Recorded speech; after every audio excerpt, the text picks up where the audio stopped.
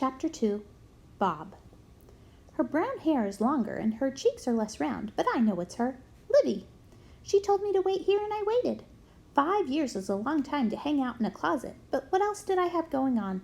Not much, I'll tell you that. Here are some of the things I did while I awaited her return. Number 1. Counted to 987,654,321 6 times. Number 2. Built a Lego pirate ship 63 times in the dark.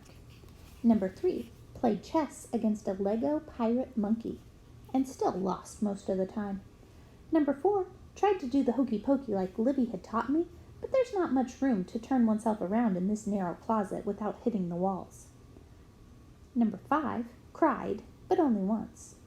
Number 6. Okay twice each day, but only for the first year. Number 7. Meditated a few times after hearing Gran play a self-help tape on the benefits of calming the mind. This was actually not bad, even though my legs cramped from sitting cross-legged. Number 8. Took lots of naps, some lasting a few weeks at a time. Number 9. Thought of all the reasons that might explain why Livy didn't come back for me. She was abducted by aliens, but I'm not convinced aliens exist. Zombies, yes. Other monsters, probably. But aliens? Not sure. B. Her family won the Saturday Lotto and went on the world's longest world tour. If so, she could have stopped here to pick me up. I'm small enough to fit in an overhead bin, and I do enjoy a nice salty peanut snack. C. She discovered an ancient mummy in Egypt and got busy giving interviews. But I think I would have heard Gran Nicholas talk about this on the phone.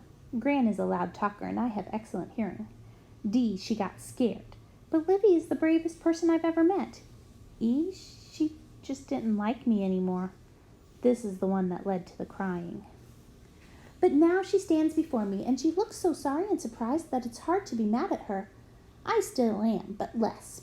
You are all grown up, I say, letting the hand holding the Lego pirate swing behind my back. She flips her hair over one shoulder. Almost 11. You're a lot taller, and your face is not as mushy. She reaches out a hand toward me, but then she lets it fall back. I'm so sorry.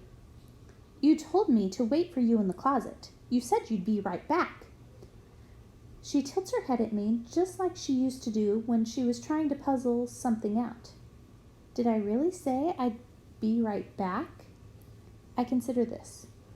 Well, you did say you'd see me soon. 5 years isn't soon. It isn't even soon-ish. Livy looks at her feet. I can't remember anything. Honestly. I do not reply. What can I say? All I did for 5 years was remember, and all she did was forget. I narrow my eyes at her. This is not easy because I don't actually have eyelids. I focus on looking skeptical and nonplussed.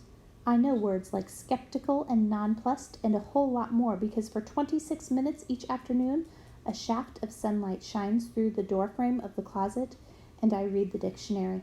If I'd known about the light, I'd have gotten further than the T's.